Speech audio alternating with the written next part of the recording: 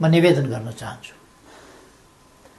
सतहमा हेर्दा हिजो विकसित घटनाक्रम अप्रत्याशित र आकस्मिक जस्तो देखिए तापनि यो परिस्थिति लामो समयदेखि राष्ट्रिय राजनीति र मूलतः सत्तारूढ नेपाल कम्युनिस्ट पार्टीका केही नेताहरूका असङ्गत विकृत र जनअपेक्षा विपरीतका गतिविधिहरूद्वारा सिर्जना भएको हो।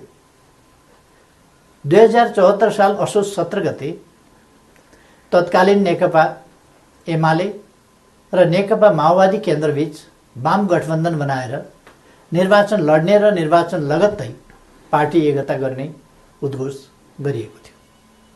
यो निर्णय आम निर्वाचन मार्फत आम जनताद्वारा स्पष्ट रूपमा अनुमोदन भएको थियो। तर निर्वाचन पश्चात राष्ट्रिय राजनीतिलाई जनअपेक्षा अनुरूप अगाडि बढ्न नदिने विभिन्न विसङ्गत गतिविधि सुरु भए। सुरुमा सरकार गठनमा विलम्ब गराउने र जनादेश विपरीत अन्त्यहीन बार्गेनिङ र दबावमा राष्ट्रिय राजनीतिलाई अल्झाउने त्यति बेलाका गतिविधिहरू तपाईहरूको सम्झनामा ताजै छन् भन्ने ठान्दछु। बाधाहरू पन्छाउँदै सरकार गठन भयो र सरकारले जनअपेक्षा अनुरूप काम गर्न पनि सुरु गर्यो। त्यसपछि केही नेताहरूद्वारा निरन्तर रूपमा अस्थिरताका सन्देश र प्रयास जारी रहे। सरकार गठनको 1 वर्ष नपुग्दै कुनै नेताले मुलुक बाहिर गएर अस्थिरताको सन्देश छर्नुभयो भने कुनै नेताले प्रधानमन्त्री मुलुकमा नभएको मौका पारेर देश डुब्न लाग्यो भन्दै बचाउनका लागि माझी गुहार्न थाल्नुभयो। सरकार संविधानको कार्यान्वयनका लागि नयाँ कानुन निर्माण, संघीयताको कार्यान्वयन र मुलुकको सामाजिक आर्थिक रूपान्तरणमा केन्द्रित थियो। तर कतिपय साथीहरूका आँखा निरन्तर पद, प्रतिष्ठा र पद सोपानमा मात्रै केन्द्रित भए। आफ्नो काँधमा आएको ऐतिहासिक अभिभारा पूरा गर्ने गरी नीति निर्माण, राज्य सञ्चालन र जनपरिचालनमा केन्द्रित हुनुपर्ने नेकपालाई केही नेताहरूले आफ्ना असन्तुष्टि, कुण्ठा र आत्मकेन्द्रित सोचहरूको बन्धक बनाउने र निष्प्रभावी तुल्याउने प्रयास गर्नुभयो। दिदीबहिनी तथा दाजुभाइहरू, समस्या समाधानका लागि दुई अध्यक्षहरूका बीचमा कार्यविभाजन गरेर एकजना सरकार र अर्कोले पार्टी सञ्चालनमा केन्द्रित हुने निर्णय भएपछि समस्या समाधान हुने अपेक्षा गरिएको थियो। मैले सोही अनुरूप आफूलाई पूर्ण रूपमा सरकारमा केन्द्रित गरेँ। यसबीचमा पार्टी काम कति अगाडि बढ्यो, एकीकरणका बाँकी काम कति पुरा भए, महाधिवेशनको तयारी कति अगाडि बढ्यो र जनतालाई समस्या परेको बेला विशाल पार्टी पङ्क्तिलाई कति परिचालन गरियो।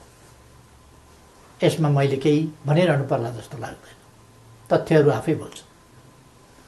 तर सरकारलाई भने राम्रोसँग चल्न दिइएन। पार्टी घोषणापत्रको मर्म र समृद्ध नेपाल सुखी नेपालीको अभियानलाई हाँक्न सक्ने गरी योग्यता क्षमताका आधारमा मन्त्री परिषद पुनर्गठन गर्न खोज्यो भने आफ्नो र पराईका कित्ता काट गरेर टुङ्गोमा पुग्न दिइएन। महत्त्वपूर्ण संवैधानिक अङ्गहरूमा रिक्तता सिर्जना हुन थाल्यो, पूर्ति गर्न पाइएन। पछाडि परेका सामाजिक समुदायको हितका लागि विभिन्न संवैधानिक आयोगहरूको व्यवस्था छ, तर 2.5 वर्षसम्म पनि त्यहाँ नियुक्ति हुन पाएन। सरकारले दूरगामी महत्त्वका काम गरेको छ। प्रतिकूलताका बीचमा पनि मुलुकले महत्त्वपूर्ण उपलब्धि हासिल गरेको छ। युगान्तकारी काम सुरु भएका छन्। तर विपक्षी दलहरूलाई पनि उछिनेर केही नेताहरू सरकारको अनन्त विरोध र नकारात्मक मनोविज्ञान सिर्जना गर्न उद्यत भइरहनु भयो। सरकारले प्रस्तुत गरेका कतिपय प्रस्तावमाथि सार्वभौम संसदलाई छलफल पनि गर्न नदिइकन जबरजस्ती रोकेर राखियो। विगत केही महिना यता सरकार कस्तो कठिनाइ बीच काम गर्न बाध्य भयो र कस्तो घेराबन्दीको शिकार भयो भन्ने बारेमा यहाँहरू अनभिज्ञ हुनुहुन्न भन्ने म ठान्दछु। मैले राज्य प्रणालीमा पनि र पार्टी संरचनामा पनि नेतृत्व हस्तान्तरणको एउटा वैधानिक प्रणाली बसाल्ने प्रयास गरेँ। प्रधानमन्त्री चयन ताजा जनादेशका आधारमा बन्ने संसदले गरोस् र पार्टी नेतृत्वको चयन महाधिवेशनबाट होस् भन्ने विधि स्थापित गर्न खोजे। सङ्घीय लोकतान्त्रिक गणतन्त्रका निम्ति अगुवाई गरेको पहिलो पुस्ताले संरक्षक र उत्प्रेरकको सम्मानजनक भूमिकामा रहोस् र मुलुकको नेतृत्व सामाजिक आर्थिक रूपान्तरण र समृद्धिको मिसन पूरा गर्न सक्षम र सक्रिय नयाँ पुस्तामा हस्तान्तरण होस् भन्ने मार्गचित्र प्रस्तुत गरे। यसै मान्यताका आधारमा 5 वर्षको सरकारको नेतृत्वपछि सुयोग्य नेतृत्वलाई जिम्मेवारी हस्तान्तरण गर्ने र महाधिवेशनद्वारा पार्टीको कार्यकारी जिम्मेवारीबाट अवकाश लिने घोषणा समेत गरे। मुलुकको जटिल अवस्थामा नियमित महाधिवेशन हुन नसक्ने हो भने पनि विशेष महाधिवेशन गरेर अध्यक्ष पद हस्तान्तरण गर्न इच्छा गरे र योजना पनि प्रस्तुत गरे। तर महाधिवेशनका लागि साथीहरूले 4 महिना पनि कुर्न सक्नु भएन। उल्टै मेरो राजनीतिक चरित्र हत्या गर्ने गरी अत्यन्त लाञ्छित र अपमानित गर्दै आरोप पत्र पेश गर्नुभयो। त्यसलाई पार्टीको लोगो र कार्यालयको दुरुपयोग गर्दै राष्ट्रव्यापी रूपमा वितरण गर्नुभयो र वस्तुतः पार्टी विभाजनको अप्रत्यक्ष घोषणा गर्नुभयो। अर्कातिर भित्रभित्रै प्रधानमन्त्री विरुद्ध अविश्वास प्रस्तावको तयारीलाई अगाडि बढाउनुभयो। पार्टी अध्यक्ष एवं संसदीय दलका नेतालाई थाहै नदिई संसद अधिवेशन बोलाउन हस्ताक्षर सङ्कलन गरेर साथीहरूले संविधान विपरीत पार्टी प्रणाली र पद्धतिमाथि यसअघि नै गम्भीर आघात पुर्याउनुभयो। यसपछि नै पार्टीभित्रको अवस्था निकै गम्भीर र सङ्कटपूर्ण बन्न पुगेको।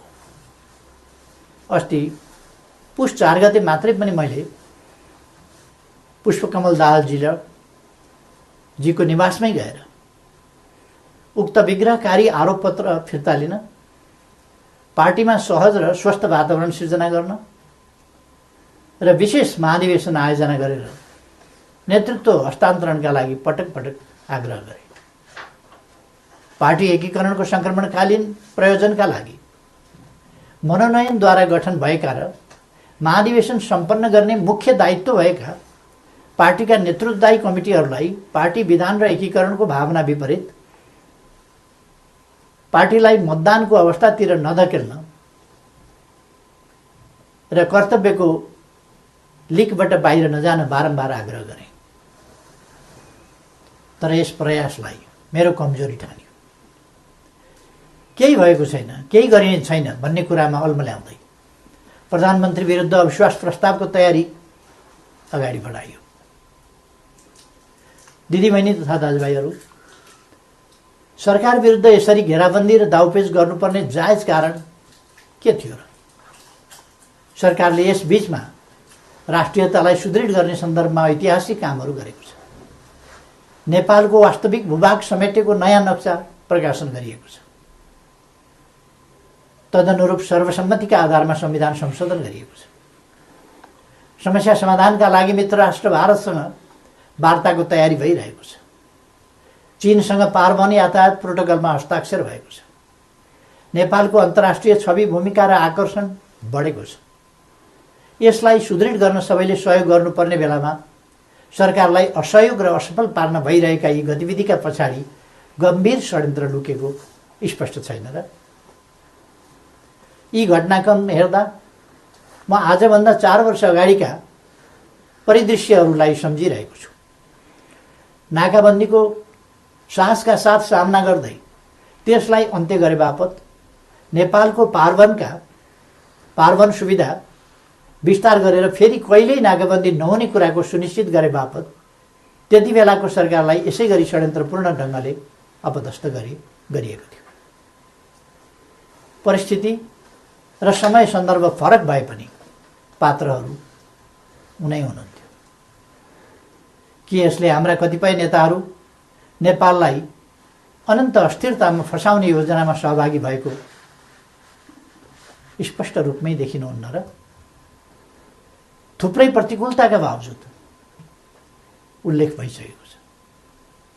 प्राय सबैजसो विकास सूचकाङ्कहरूमा नेपालले प्रगति गरेको छ। कतिपय क्षेत्रमा फड्को नै मारेको छ। शान्ति सुरक्षाको स्थितिलाई सुदृढ तुल्याइएको छ। पृथकतावादी गतिविधिलाई समाधान गरिएको छ। मुलुकले विकास, सुशासन, समृद्धि र स्थायित्वतिर सकारात्मक कदम चालिरहेको यस स्थितिबाट पार्टी खुसी हुनुपर्ने होइन र सबै मिलेर यसलाई थप गति दिनुपर्ने होइन र? तर कतिपय नेताहरूबाट यसको उल्टो काम भइरहेको छ। सरकारलाई 5 वर्ष काम गर्न दिने र उसका कामको परीक्षण जनताबाट निर्वाचनका क्रममा हुने लोकतान्त्रिक बाटो छोडेर सधैँभरि सत्ता, सधैँभरि सरकार, सधैँभरि पदीय भागभण्डाको चक्रव्यूहमा राजनीतिलाई बन्दी बनाउने काम भयो। लोकतन्त्रमा सत्तापक्षले जनताको आदेशअनुसार काम गर्छ, प्रतिपक्षले नियन्त्रण र सन्तुलनको भूमिका खेल्छ।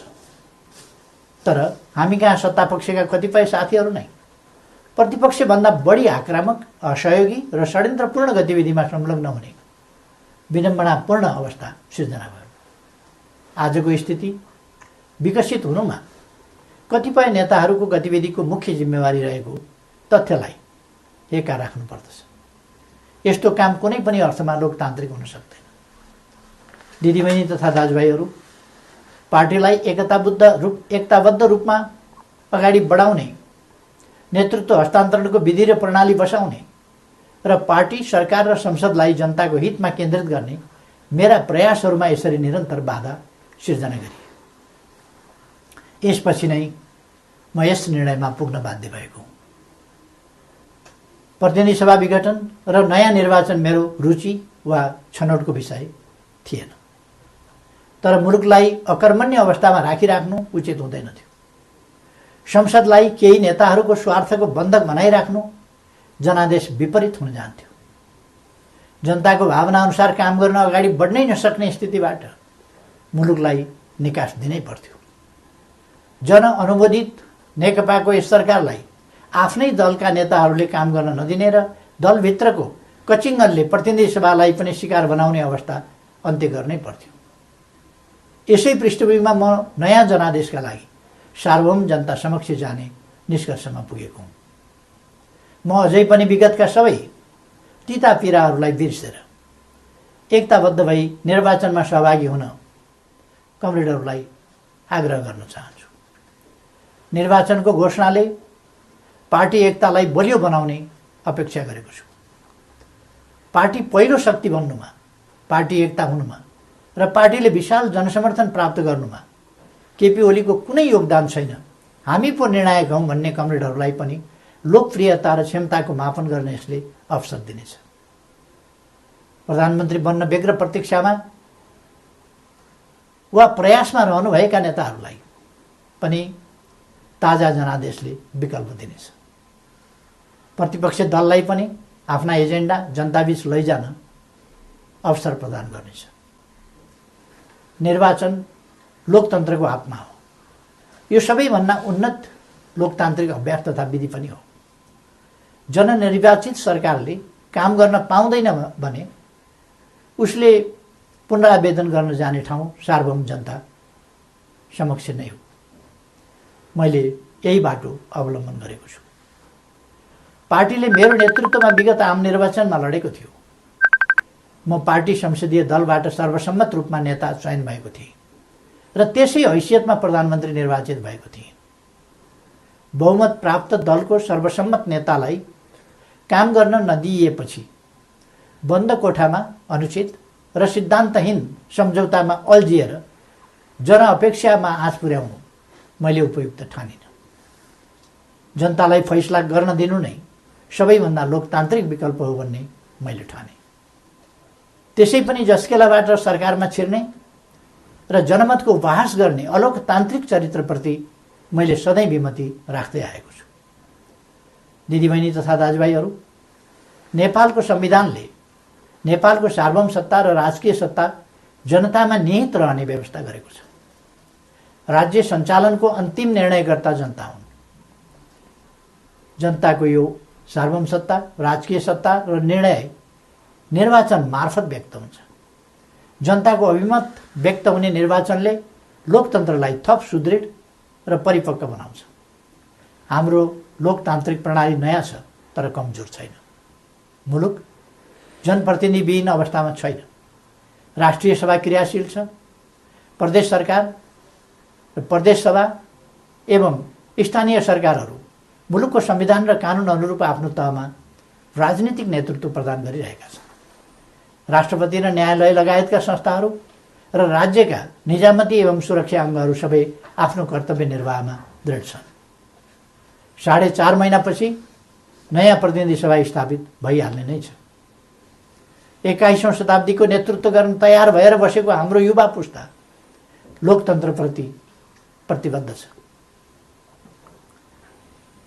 यो पुस्ता नै लोकतन्त्रको सबैभन्दा ठुलो पहरेदार हो। यस परिस्थितिमा